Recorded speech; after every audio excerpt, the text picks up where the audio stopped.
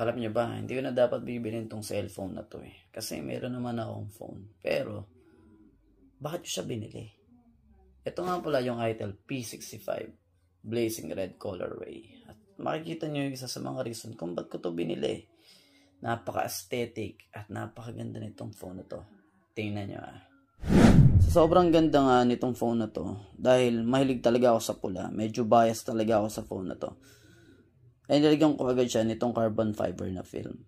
Para maprotektahan din yung likod ng phone. Kasi sobrang glossy niya. Dito nga pala makikita natin yung kanyang LED. Na ginagamit ko talaga to sa notification. Pag merong nagcha-charge, umiilaw siya. Pag may nagmo-notify, umiilaw din siya.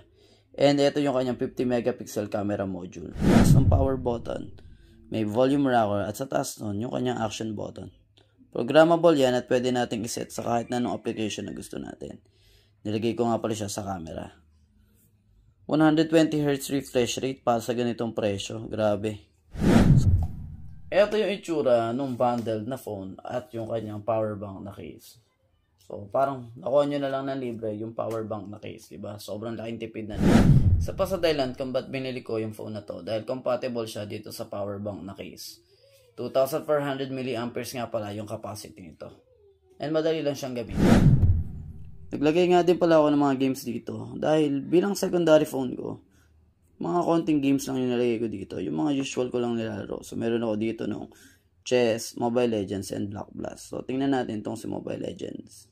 Mobile Legends, kaya niya hanggang super and ultra na settings. Pero sa akin lang, recommend ko sa inyo na iset nyo lang siya dito sa may high at smooth na graphics. Para hindi masyadong hirap yung inyong CPU and GPU. Meron din ito ang gaming mode na makikita natin dito na kaya niya mag-set ng high performance para maging stable yung kanyang frame rates per second.